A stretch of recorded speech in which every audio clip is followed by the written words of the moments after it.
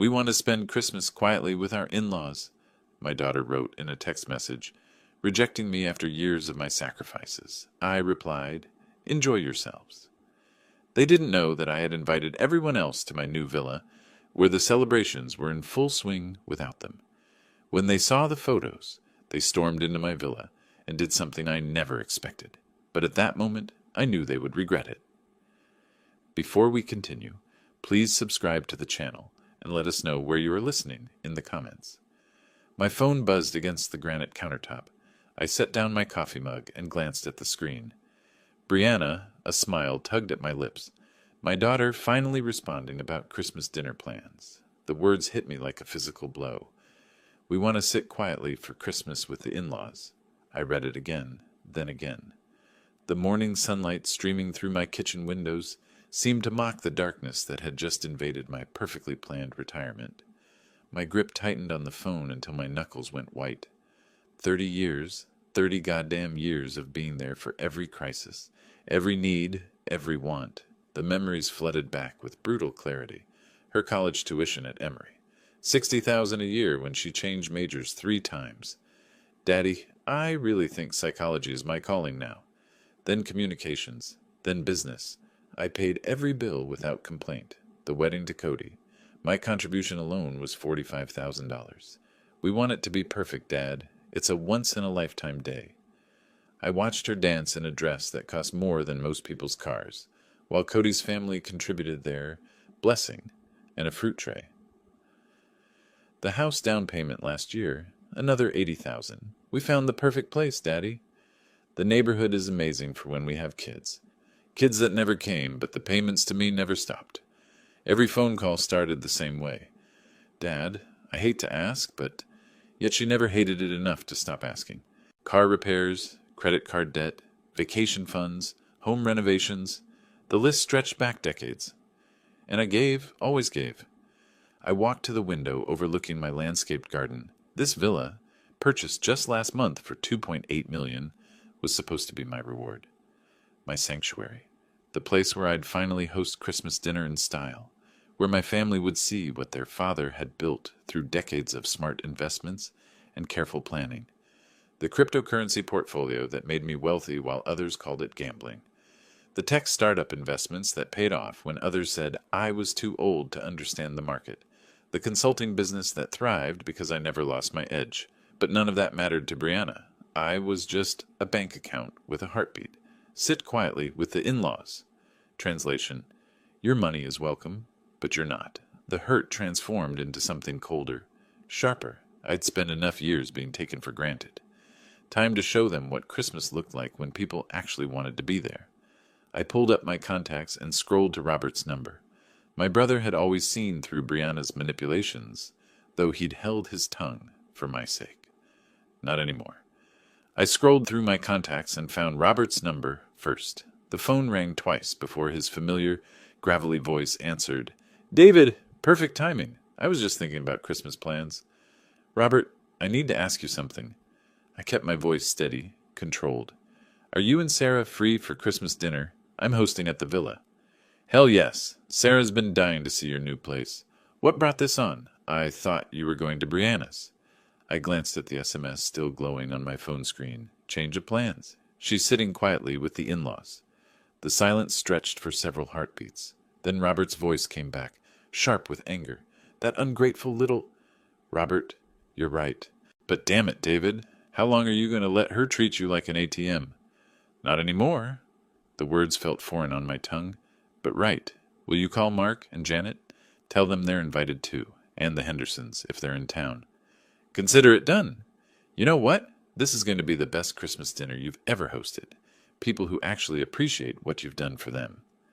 After I hung up, I walked through my empty villa with new eyes. The formal dining room that could seat 12, the chef's kitchen with its double ovens and warming drawers, the entertainment room with its massive fireplace and panoramic windows. This wasn't just a house. It was a statement, and it was time to make it.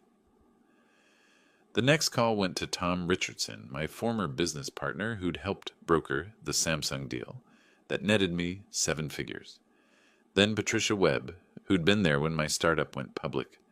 People who'd witnessed my successes, not just my checkbook. Tom Richardson speaking. Tom, it's David Collins. I hope I'm not catching you at a bad time. David, never a bad time for you. What's up? I explained the situation briefly. Christmas dinner at my place. Close friends only. December 23rd at 6. Tom's enthusiasm was immediate and genuine. Are you kidding? Linda and I have been hoping for an invitation to see the famous villa. She's still talking about the housewarming photos you sent. Count us in absolutely. Each conversation reinforced what I'd forgotten. I had friends, real ones, people who valued my company, not my contributions to their bank accounts. I moved from the kitchen to my home office, pulling out a yellow legal pad to organize the menu. Prime rib, I'd order it from Morton's. Roasted vegetables, twice-baked potatoes, Caesar salad, and Patricia's famous tiramisu, if she agreed to bring it. Wine from my cellar, the 2018 Caymus Cabernet I'd been saving for a special occasion. This qualified. In the living room, I rearranged the furniture to create better conversation areas. The leather sectional angled toward the fireplace, additional seating pulled in from the formal living room.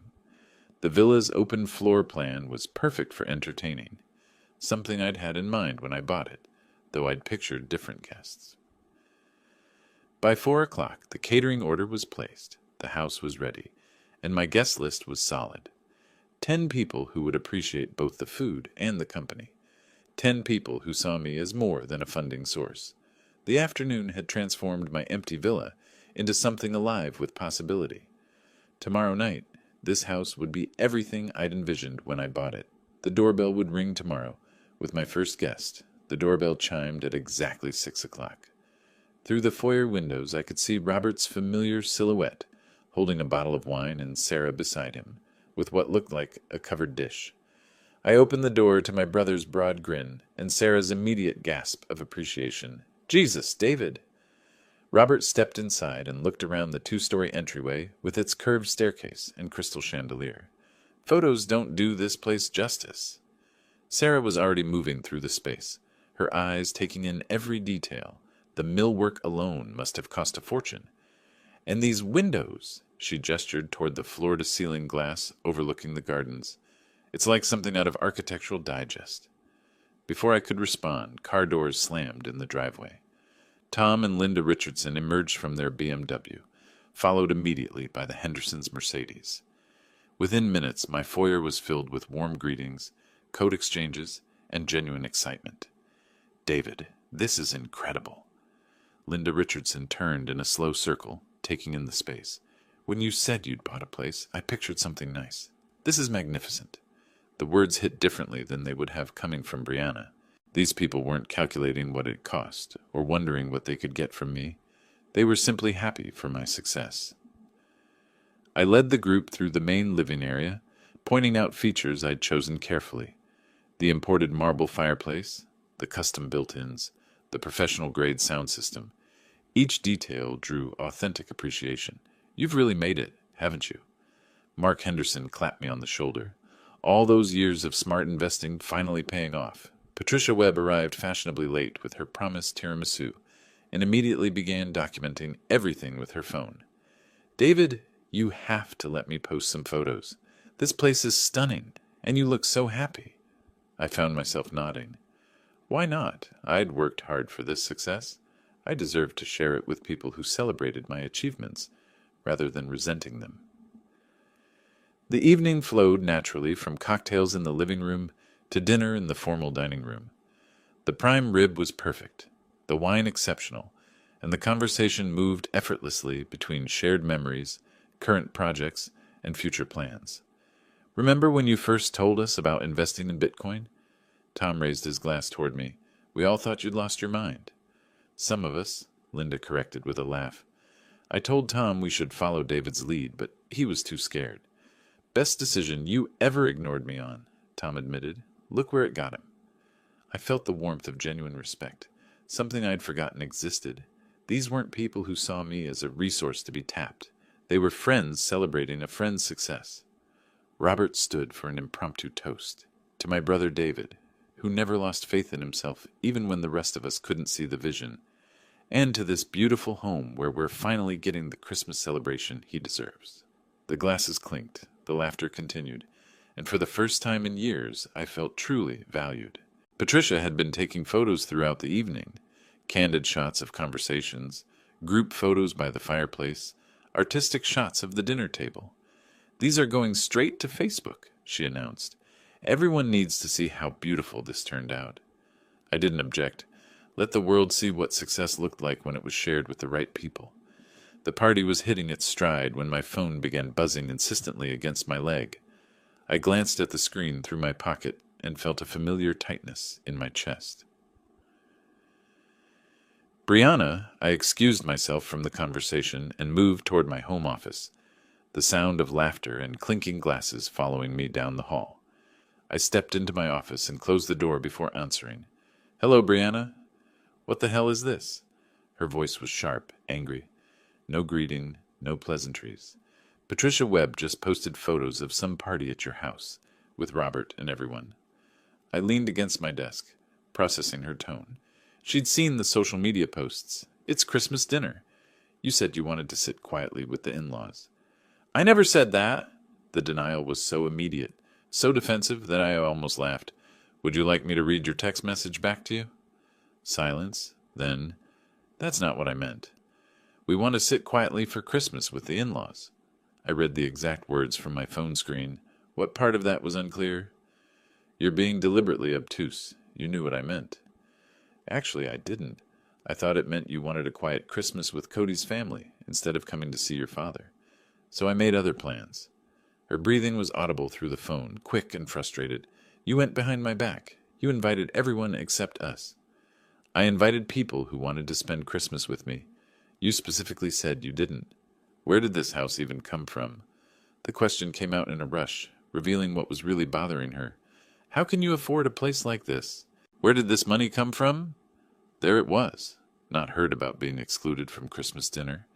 Shock about wealth she didn't know existed. Money she couldn't control. "I've been successful, Brianna. More successful than you realized, apparently." "Successful how? You never told me about any house purchase. About having this kind of money." I felt something shift inside me, a cold clarity I hadn't experienced in years. "I don't owe you a financial report. I'm a grown man who made good investments and built a successful consulting business.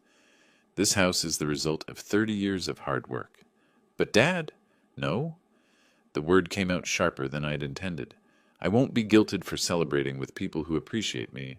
I won't apologize for having success you didn't know about.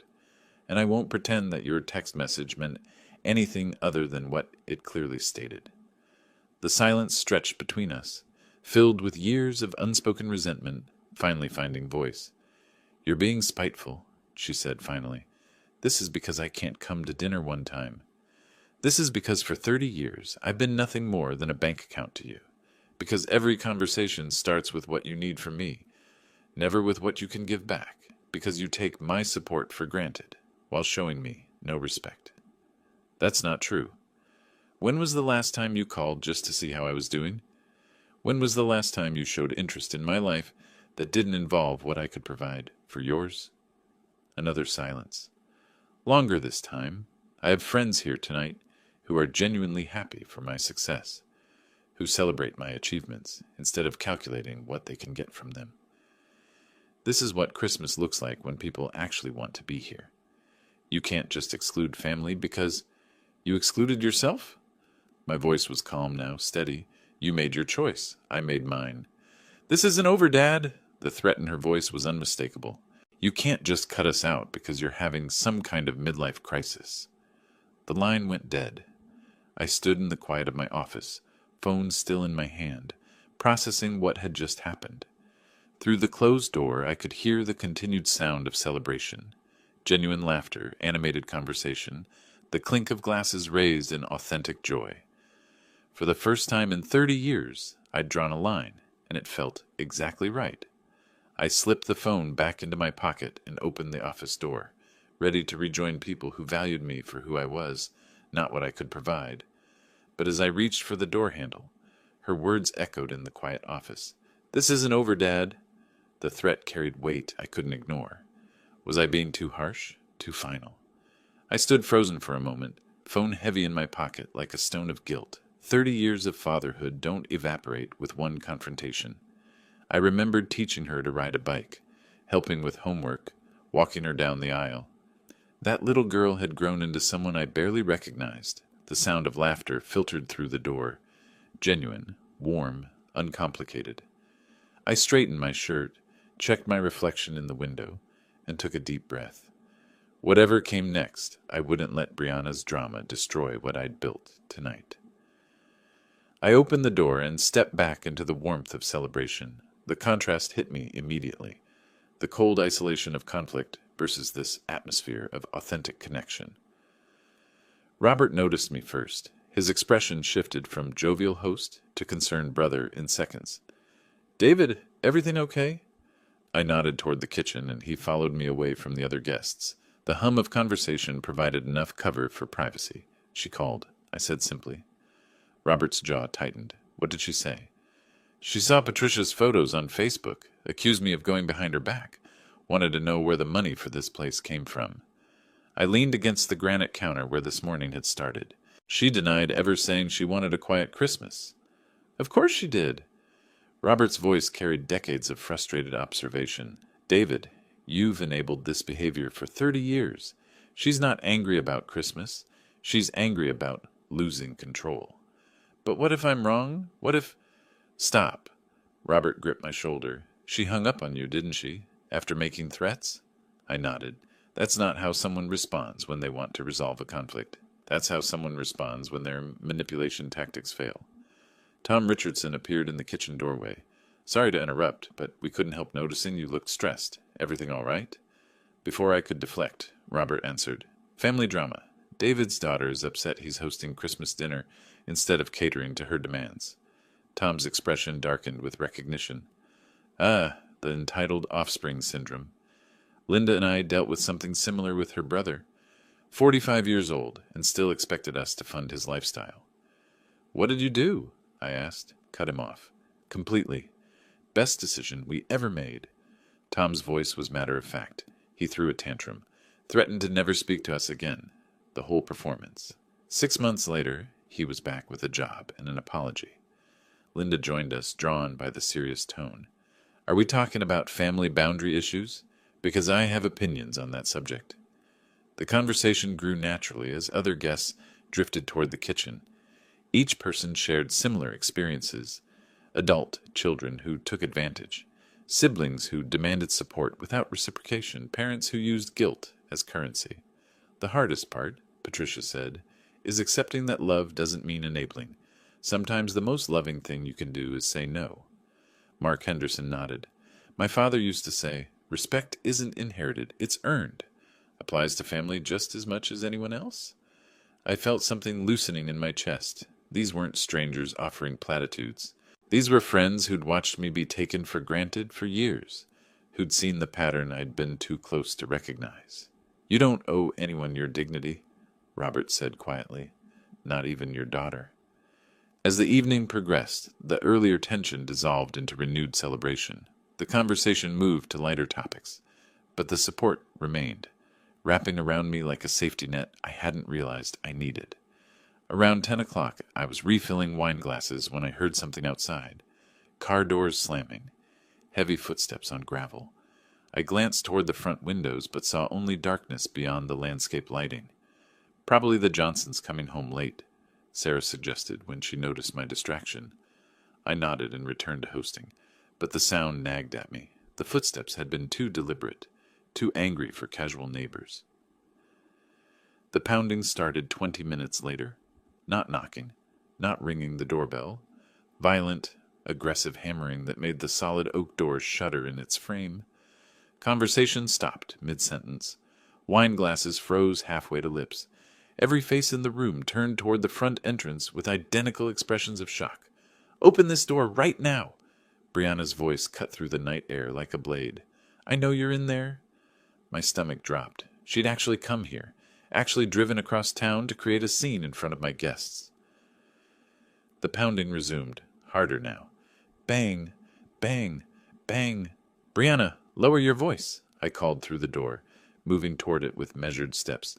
"We can discuss this civilly." "Don't tell me what to do." Her shriek made several guests wince. "This is ridiculous. You can't just exclude family because you're having some kind of midlife crisis." Cody's weaker voice joined hers. "Come on, David. Just open up. We can work this out." I looked back at my guests. Friends who'd come for a peaceful Christmas dinner and found themselves witnessing a family meltdown. Their faces showed everything from embarrassment to anger on my behalf. "I'm sorry about this," I said to the room. Robert stepped forward. "Don't apologize. You're not responsible for her behavior." The pounding intensified. My neighbors would hear this. The whole street would know about the Collins family drama. By morning, I reached for the deadbolt, knowing I had to end this before it escalated further. The moment the lock clicked, the door flew open with enough force to bang against the wall. Brianna stormed in like a hurricane, Cody trailing behind her with the expression of a man who'd lost all control of his life. "How dare you?" She pointed a shaking finger at me while scanning the room full of my guests. "How dare you throw some party and exclude your own daughter?" The living room fell silent except for the tick of the mantel clock. 10 pairs of eyes watched my 32-year-old daughter throw a tantrum worthy of a toddler. "Brianna, you're making a scene." "I don't care." She whirled around, taking in the villa's elegant furnishings, the crystal stemware, the obvious expense of everything around her. "Where did all this come from? How long have you been hiding money from me?" Patricia Webb stepped forward slightly, phone in hand. "Excuse me, but this is a private dinner party. You're being incredibly rude." Brianna's attention snapped to her. You're the one posting pictures on Facebook. This is all your fault." "I posted pictures of a beautiful home and a lovely evening with friends," Patricia replied calmly. "Nothing inappropriate about that. It was inappropriate because I wasn't invited." "You declined," I said quietly, in writing. "That's not what I meant, and you know it." The absurdity of the situation was becoming clear to everyone in the room. Here was a grown woman, furious that her father had celebrated Christmas with people who actually wanted to be there. Tom Richardson's voice cut through the chaos. "Ma'am, you need to calm down. This is completely unacceptable behavior." "Don't tell me what's acceptable." Brianna spun toward him. "This is between me and my father." "Not anymore, it isn't," Robert said, his voice carrying warning. "You've made it everyone's business by barging in here and screaming." Cody finally found his voice. "Maybe we should just go home and—" "No!" Brianna silenced him with a look. "I'm not leaving until this gets resolved." She pulled out her phone, fingers moving rapidly across the screen. "What are you doing?" I asked. She looked up with a smile that chilled me. "Calling the police. If you won't listen to reason, maybe they'll make you understand." The room erupted in shocked murmurs. My guests, successful, respectable people who'd done nothing but accept a dinner invitation, stared in disbelief. "The police?" Linda Richardson's voice was incredulous. "For what?" "For this!" Brianna gestured wildly around the room. "For stealing family Christmas. For hiding assets. For elder abuse."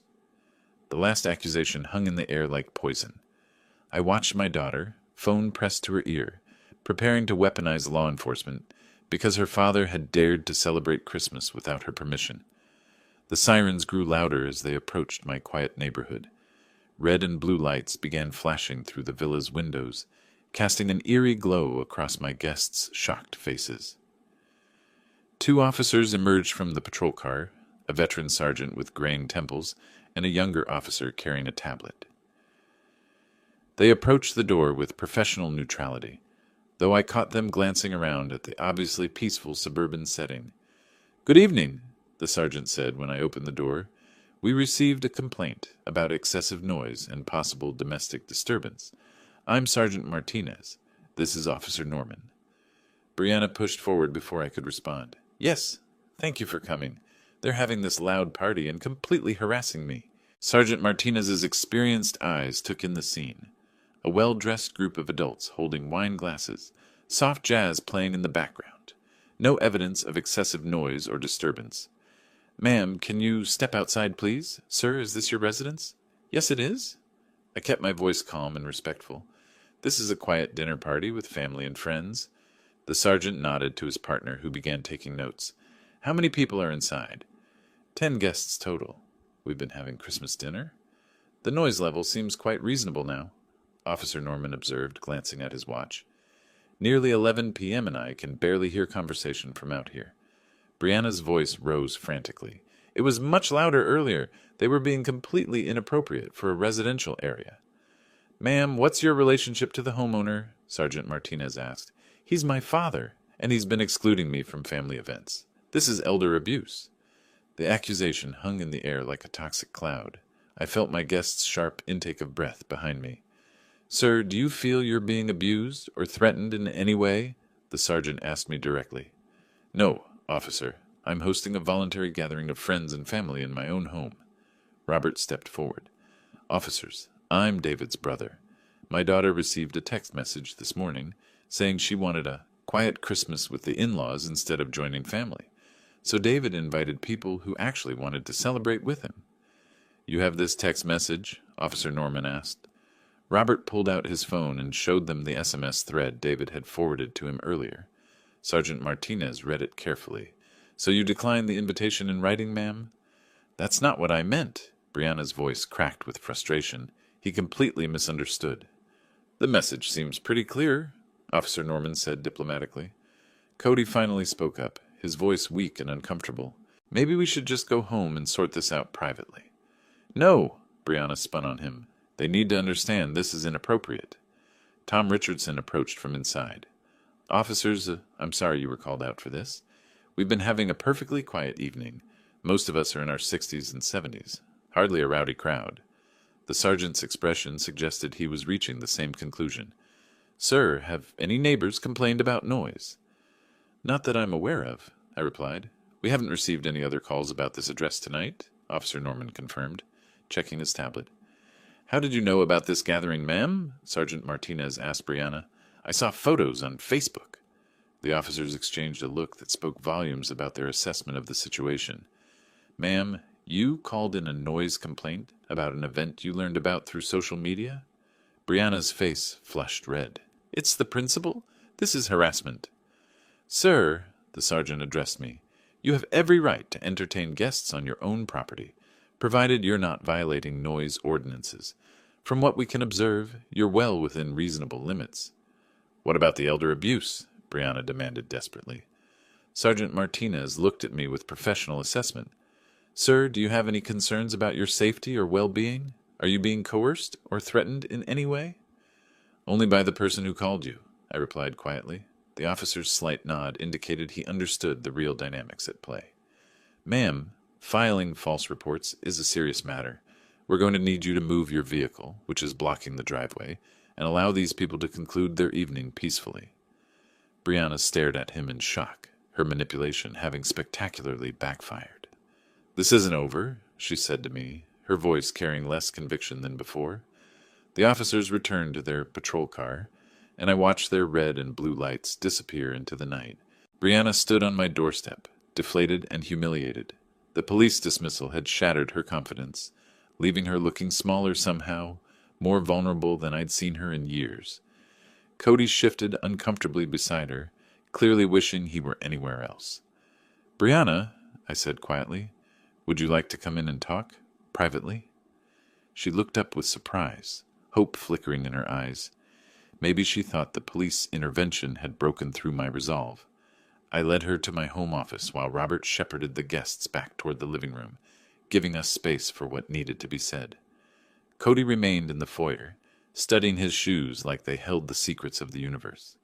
"Dad," Brianna began the moment I closed the office door, "I need you to understand something." I settled into my desk chair and waited. "I never meant for things to go this far. The text message, I didn't mean it the way you interpreted it." "Help me understand what you did mean, then." She paced in front of my bookshelf, gesturing as she spoke. "I meant we wanted a quiet Christmas morning with Cody's parents, but I always assumed we'd see you later, for dinner or something. You never mentioned dinner. You never asked about my plans. I thought it was understood. We always worked something out." I leaned back, studying my daughter's face. "Brianna, when was the last time you called me just to see how I was doing? Not because you needed something, but just to talk?" She stopped pacing. "That's not fair. It's a simple question." The silence stretched between us, filled with 30 years of unexamined assumptions. "You're twisting this around," she said finally, "making it about something it's not." "What is it about, then?" It's about you having this beautiful house that I never knew existed. It's about you having money you never told me about. How long have you been hiding this from me?" There it was, the real issue. Not Christmas dinner, not family traditions. Control, not access. The fear of losing her personal ATM. I haven't been hiding anything, Brianna. I've been successful. More successful than you realized, apparently. But why didn't you tell me? I'm your daughter. Do I owe you a financial report every month? Are my investments subject to your approval? Her face flushed. That's not what I mean. Then what do you mean? I mean, I need to know you'll still be there for me, that nothing's changed. I felt something break inside my chest. After everything, the text message, the confrontation, the police call, she was still trying to manipulate me into maintaining the status quo. What if things have changed, Brianna? Her eyes widened. What do you mean? What if I'm tired of being treated like a bank account? What if I want a relationship with my daughter that isn't based on what I can provide? You're being dramatic. I don't treat you like a bank account. I pulled out my phone and scrolled through our text history. Your last 10 messages to me. Dad, can you help with the car payment? Dad, we need help with the roof repair. Dad, Cody's between jobs again. When was the last time you texted to ask how I was feeling? To share good news? To just say hello? She stared at the phone screen, her mouth working soundlessly. I love you, Brianna. I always will, but I won't continue enabling a relationship that only flows in one direction. You can't just cut me off. I'm not cutting you off. I'm asking for mutual respect. Her expression hardened. This is because of Robert, isn't it? He's always been jealous of our relationship. I stood up, feeling the weight of finality settling over me. This is because I finally realized I deserve better than being taken for granted. She began to cry then, but even her tears felt calculated, designed to manipulate rather than express genuine emotion. Please, Dad, don't do this. I need you. You need my money. There's a difference. I walked toward the door, ready to return to my guests, people who valued me for who I was, not what I could provide. Behind me, I heard her whisper, "This isn't over." But looking at my reflection in the office window, I realized it was. I walked back toward the living room. My decision crystallized like ice in my veins. Behind me, I heard Brianna's heels clicking frantically across the hardwood as she followed. The moment we entered the main room, she launched her attack. I need everyone to understand something, she announced loudly, positioning herself in the center of my guests. My father has been hiding money from our family for years. Money that should have been disclosed. The room fell silent. 10 pairs of eyes shifted between us, watching this desperate performance with growing discomfort. Brianna, I began. No. She spun to face Tom Richardson. Did you know he bought this house without telling his own daughter? $2.8 million. Where do you think that money came from? Tom's eyebrows rose. From his investments and hard work, I imagine. Same place my money comes from.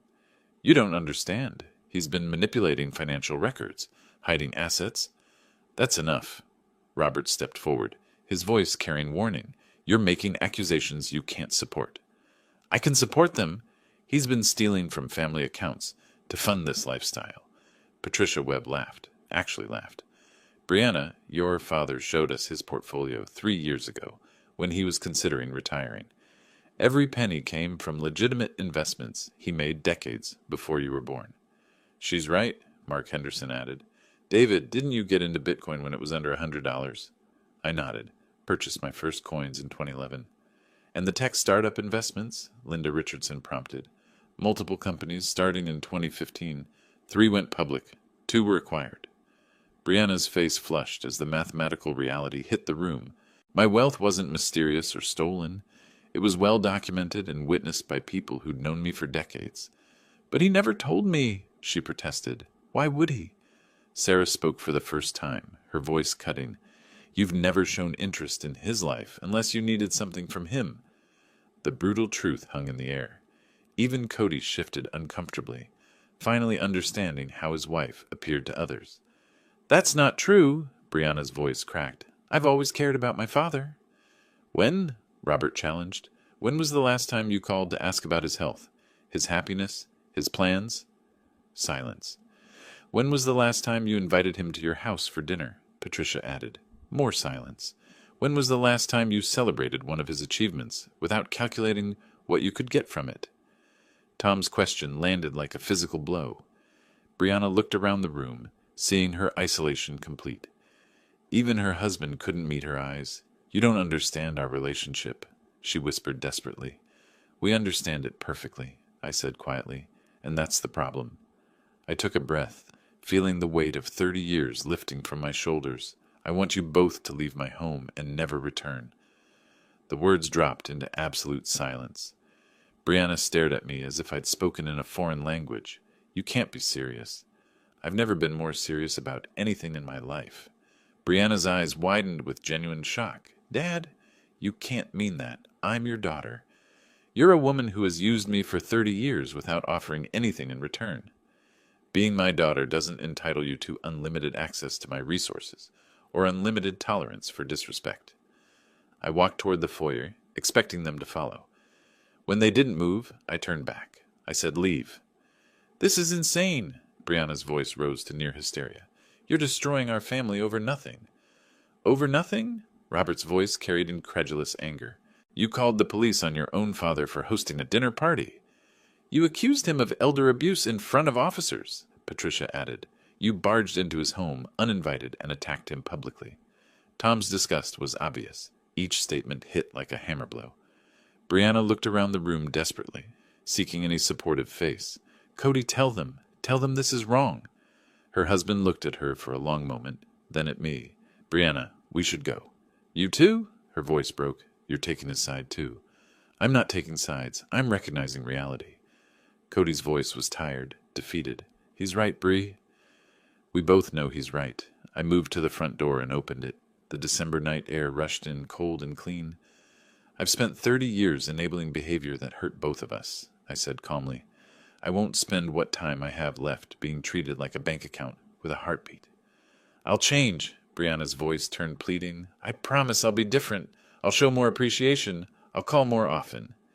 You had 30 years to change, Brianna. Tonight proved you can't. But I'm your daughter. And I'm a human being who deserves basic respect, something you've never been able to provide. She looked around the room one final time, seeing nothing but stone faces and disappointed shakes of heads. You'll regret this, she said, her voice hardening. All of you will regret taking his side when you see what kind of man he really is. We already know what kind of man he is, Sarah said firmly. We've known for decades. That's why we're here. Robert moved to stand beside me at the open door. Brianna, you need to leave. Now. She walked toward the exit with Cody trailing behind her, his shoulders slumped in embarrassment. At the threshold, she turned back one final time. This isn't over, Dad. I won't let you cut me out of your life like this. Yes, I said quietly. It is over, and you cut yourself out the moment you chose manipulation over love. I closed the door behind them and turned the deadbolt with a decisive click. The sound of their car starting and pulling away felt like the end of one life and the beginning of another. Behind me, I heard the quiet murmur of my friends, my real family, resuming their celebration. For the first time in 30 years, my home was filled only with people who valued me for who I was, not what I could provide. I had finally learned the difference between being used and being loved, and it felt like freedom. I stood in my foyer for a moment, my hand still on the deadbolt, processing the magnitude of what had just happened. 30 years of enabling, 30 years of walking on eggshells, 30 years of being treated like a resource rather than a person, over. The weight I'd carried for so long lifted from my shoulders, like morning fog clearing from the mountains. When I turned back toward the living room, I found my friends waiting with expressions of pride and admiration I hadn't seen directed at me in years. David, Patricia said quietly, that took incredible courage. Tom Richardson stood and began to clap slowly. One by one, the others joined him until the room filled with genuine applause, not for a performance, but for a man who'd finally chosen to respect himself. You handled that with more grace than she deserved, Linda added. Robert stepped forward and embraced me, his voice thick with emotion. I've been waiting 30 years for you to do that. I'm so proud of you. The validation hit me like a wave. These people, my real family, had witnessed everything and stood by me. They'd seen Brianna's true nature and David's transformation, and they celebrated justice being served. Sarah raised her wineglass to David Collins, a man who chose dignity over guilt and peace over chaos. To authentic relationships, Mark Henderson added. To knowing your worth, Patricia chimed in. We drank, and I felt something I hadn't experienced in decades, the pure joy of being valued for who I was, not what I could provide. Robert pulled me aside while the others continued celebrating. How do you feel? He asked. Free, I said without hesitation. For the first time in my adult life, I feel completely free. You're not losing a daughter tonight, David. You're gaining your life back. He was right. The woman who'd just left wasn't the little girl I'd taught to ride a bike. That girl had been replaced by someone who saw me only as a source of funding for her lifestyle. She made her choice 30 years ago, Robert continued. Tonight, you finally made yours. Linda Richardson approached us. David, I want to apologize. For what? For all the times over the years when I wanted to say something about how she treated you, but held my tongue. We all saw it. We all knew you deserved better. Tom nodded. We should have spoken up sooner. But tonight, watching you stand up for yourself, that was beautiful to witness. The conversation gradually turned to the future. Without toxic family dynamics poisoning every holiday, what would Christmas look like next year? What about New Year's Eve, my birthday? You should host New Year's here, Sarah suggested, a celebration of new beginnings. I'd love that, I realized I meant it. All of you here, bringing in 2025 together. And your birthday in March, Patricia added, a proper celebration for a man who deserves to be celebrated. For the first time in years, I felt excited about future gatherings. No more walking on eggshells, wondering what mood someone would be in or what demand would come next. Just authentic relationships built on mutual respect and genuine affection. I can't believe I actually did it, I said, almost to myself. Believe it, Robert said firmly. You chose yourself tonight. You chose peace. Around 2:30, people began gathering their coats. The evening had been emotionally intense, and dawn wasn't far away. Thank you, I said to each person as they prepared to leave, for witnessing this, for supporting me, for being my real family. The hugs were warmer, longer than usual. These weren't just social obligations. These were bonds forged in truth and strengthened by justice. As the last car pulled out of my driveway, I walked back into my villa, truly my sanctuary now. The house felt different, larger somehow, as if removing toxic energy had physically expanded the space. I walked through rooms that were finally completely mine. No guilt, no manipulation, no strings attached. In the kitchen where this journey had begun 18 hours ago, I made myself a cup of coffee and stood at the window, overlooking my garden. The landscape lights still twinkled like stars, but now they illuminated possibility rather than just property. My phone buzzed with a text from Patricia. Thank you for showing us what real courage looks like. Sweet dreams, my friend. Then Tom, your home will always be a place of love and respect. Sleep well? And Sarah, call us any time. We're your real family now. Each message felt like a warm embrace, confirmation that I'd made the right choice. I thought about my resources, the investments, the villa, the financial freedom I'd worked decades to achieve. For the first time, it was truly mine to enjoy and share as I chose. No more guilt about not being fair to someone who'd never shown fairness to me. I could travel now. Take that river cruise through Europe I'd always wanted to experience. Visit the vineyards in Tuscany. Maybe take a cooking class in Paris. The world felt open in ways it hadn't since I was young. Or I could stay here and create the kind of home I'd always dreamed of. One filled with laughter instead of tension, appreciation instead of demands, love instead of obligation. The eastern windows began to glow with the first hint of dawn. Christmas Eve was beginning, and for the first time in 30 years, I was genuinely excited about the holiday. No walking on eggshells, no careful gift selection to avoid criticism, no calculating how much money would be enough to keep peace. Just the simple pleasure of celebrating with people who wanted to celebrate with me.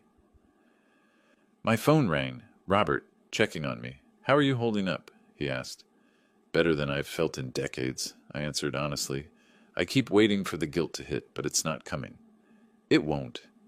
Guilt requires wrongdoing, and you did nothing wrong tonight except protect your dignity. I think I'll spend Christmas Day alone, I said, not lonely. Alone. There's a difference. There absolutely is, and you've earned the right to peaceful solitude.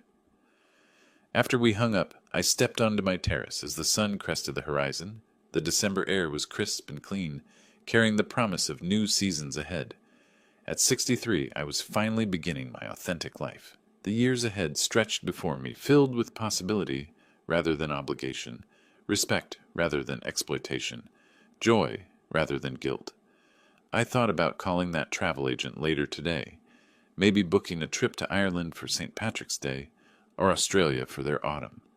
The freedom to make plans without consulting someone else's emotional calendar felt revolutionary.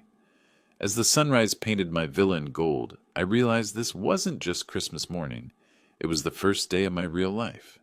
I had chosen dignity over duty, peace over chaos, self-respect over family obligation, and it felt like coming home to myself after a lifetime of being a stranger in my own life. The best gift I'd ever given myself was the courage to demand the respect I'd spent 63 years earning. Christmas had finally come home. If you liked this story, please like this video, subscribe to the channel, and share your impressions of this story in the comments. To listen to the next story, click on the box on the left. Thank you for watching. Thank you for watching. Thank you for watching. Thank you for watching. Thank you for watching.